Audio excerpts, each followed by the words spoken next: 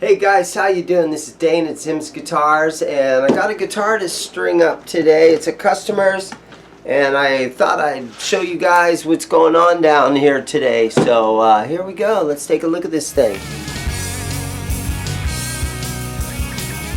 Okay, so here's what I'm looking at today. This is a 1965 Guild Starfire, and the customer bought this guitar brand new in 1965, and here it is all these years later, and God bless this guy for letting me even touch this thing. But I'm going to put new strings on it today, and let's check the fretboard and see if it's nice and flat, and let's try to set this thing up a little bit for him. And first thing that I'm going to do is take my micrometer here, and we are going to see what gauge strings those are, and they look like 10 gauge strings. So I'm going to put another set of 10s on there, 10 through 48. So let me get some strings, and let's I think I have to do this one string at a time because this is a floating bridge on here. So here we go. Okay, first things first, let's take one string off.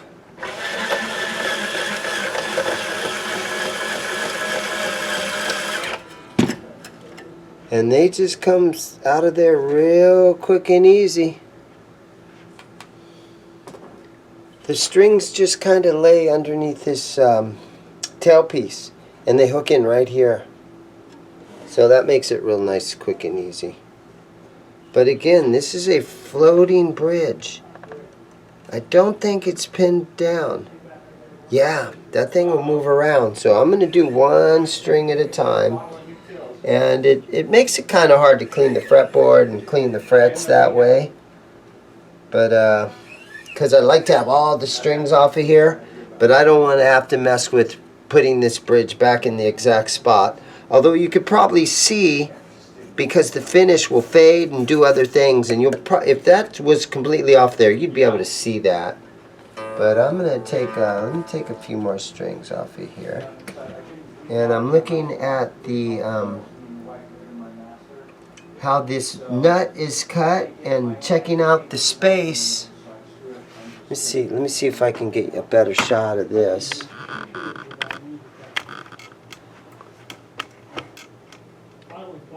Yeah, so the string height at the nut,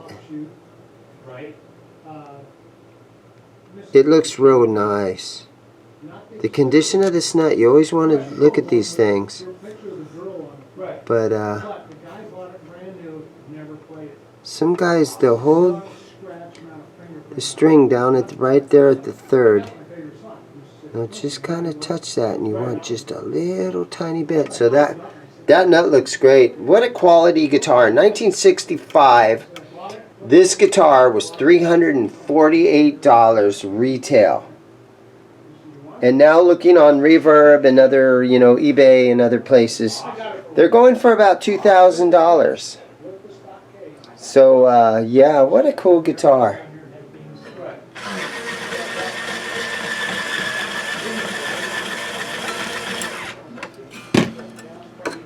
So taking that string off, I could tell that they just did a basic wrap. So that makes it easy on your luthier or on the guy that does your string change outs. Those guys that wrap the string around and then put it back through, and all those custom wrapping techniques and all that kind of stuff. That just makes it kind of a hassle on the rest of us when we're trying to change the strings back out. So luckily for me, these are coming off real quick and easy. So again, to make sure that I don't get this bridge moved around, I'm going to do 3 strings. So what I'm going to do now is I have a little tiny bit of lemon oil cleaner and conditioner. And so, while I got this these 3 strings off, I'm just going to rub some of this on here with a napkin. And I'm just going to kind of rub that in real nice and try to clean and condition that fretboard. There's some guys that say don't rub stuff this direction because you're just rubbing all that dirt and grime up to next to the frets. And so a lot of guys will tell you to just rub back and forth like this, kind of like when you're brushing your teeth and you got to do the up and down method. Remember how they used to tell you that?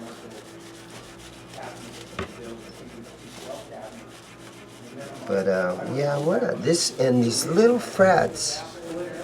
And again, I'm one of those kind of players that I'm not completely sold on the big jumbo frets. I'm more of a rhythm guitar player, and I can move the fretboard around a little faster when the frets aren't those big, tall jumbo frets. But that's just me. And I don't have anything against the big, tall jumbo frets. It's just as a player, it's just a little bit smoother and easier for me to, blast through my bar chords on these smaller frets.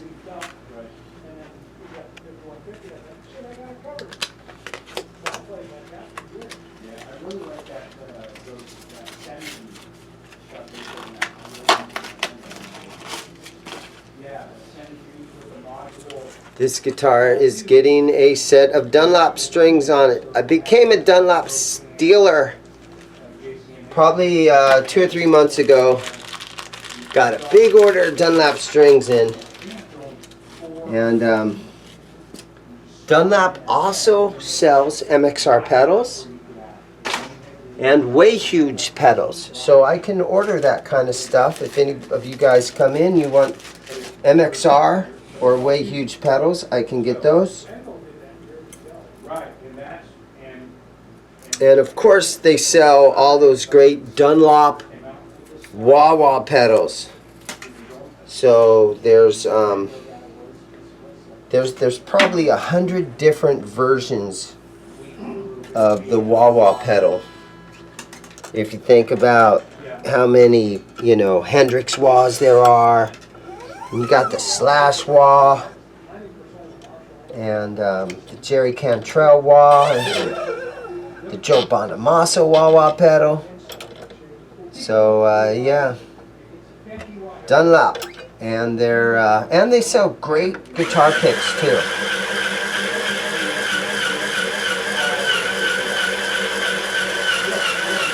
So there it is. I just put I got about two full winds. Now this is something else that I put on the nut. This is some Big Ben's nut sauce. And so after I get the string on there, I just sort of pull the whole thing into the nut right here. And I try to get the string sort of tight before I lay that stuff down in there, because I don't want to pull it all out of there. So I want to make sure that it's kind of laying on a nice little bed of that nut sauce. Yeah, so you can see all that nut sauce I have in there. I mean, you got to kind of use that stuff because it helps your strings slide through that nut nicely, especially if you're the kind of guy that does a lot of string bends. Look how much of that stuff I have on there. And I don't know if there's anything special about this nut sauce. It might just be these guys might have just taken something like Vaseline and stuck it in that nice little tube. Yeah, see, you kind of get it sort of tight, and then you lay your string down in that nut on top of all that nut lube right there. But yeah, I honestly really don't know if this company just put Vaseline in this nice little hypodermic needle looking thing, but I kind of like it, and I think it does a great job. Alright, so I've got that side of the fretboard is done. So now let me take these 3 strings off of this side.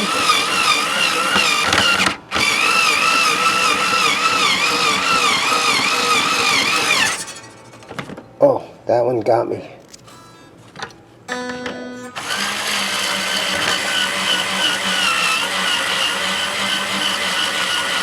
I love my little string winder I got. This thing was like $18 on Amazon.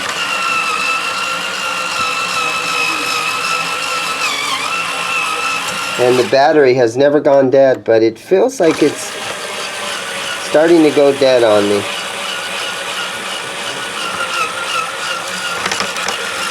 Yep, these strings come out of there real quick and easy.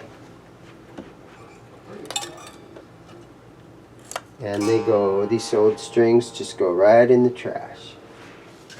Yep, so I'm just going to do this again, where I'm going to put a little bit of my lemon oil onto a napkin. And now I'm just going to try to clean this half of the fretboard. Now let me show you some of these frets on this. Let me get my camera in here real close. Okay, now this is usually where you start to get your very first signs of fret wear is down here, you know, where we play these cowboy chords, right there on the G string. 2nd, 3rd fret, 1st, 2nd, 3rd fret. I see the 4th fret has a little bit of wear. The 5th fret's starting to get flat. Yeah, right there under that G string, you can see that some of these frets are getting flat, but they are very tiny, small little frets, and I'm just doing a restring, so I'm not going to try to level or crown or do any of that kind of stuff to these. I'm just going to throw some strings on this thing. Okay, I got this thing plugged into my tuner here. Let's tune this baby up.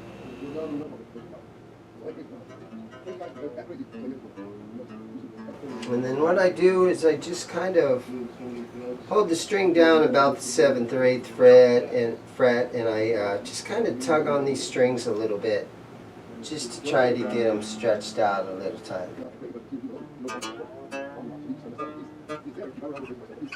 Makes a big difference when you stretch your strings. Now your G, your B, and your E string, you don't want to pull on them too tight, because I've broken E strings before doing this, kind of tugging on them. And you never want to pull on a string side to side when you're trying to stretch them, because you'll break the nut. And I've done that too before. So that's how you learn, is by messing up. Yeah, so this is a beautiful guitar. One thing that I noticed about it is when I was checking the intonation here, this bridge is adjustable, so you can get your intonation to be perfect. And yeah, what a great investment. This guy bought this guitar in 1965, and he has no plans on selling this guitar. He absolutely loves this thing.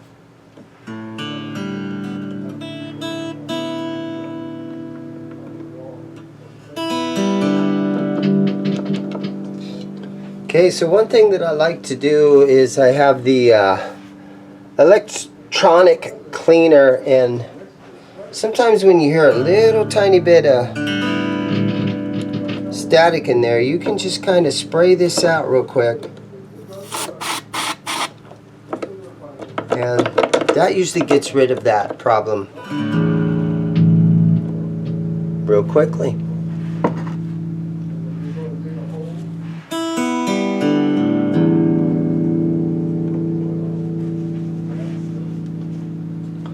And then I always like to kind of I use some of this stuff on a rag, spray it on there a bunch, and I try to wipe the guitars down and shine them up a little bit for the customer. This one he has kept in really, really good condition. The binding on this thing has aged. Let me unplug it. All the binding on this guitar has aged beautifully, and it's not missing any of its areas. This guy used to play this guitar all the time back in the 60s and the 70s. And so you got a little bit of buckle rash right there. But that's okay. I like buckle rash. There's a lot of people that are like, oh, that thing has lost its value because of that buckle rash. And I tend to disagree. I usually don't try to, when I'm buying a guitar from somebody, or I usually just forget about the whole buckle rash thing. If it has some, that just gives the guitar mojo, right? Somebody loved this guitar.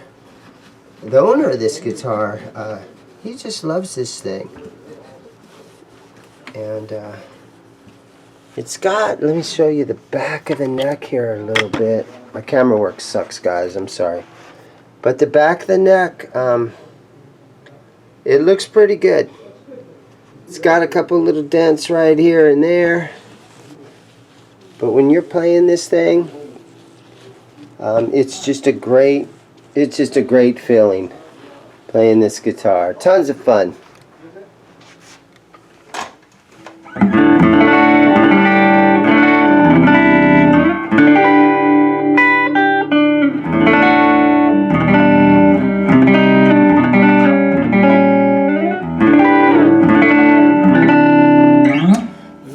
Lucky gentleman that owns this guitar, a 1965 Guild Starfire.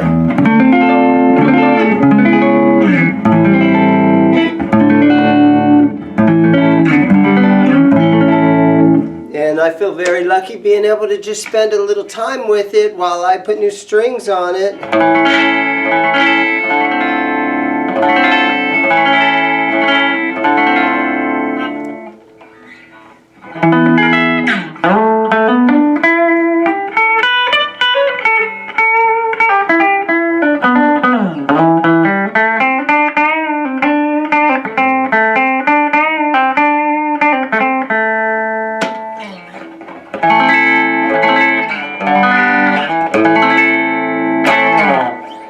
Thanks a lot for watching, guys. And I will see you guys soon, okay? Later.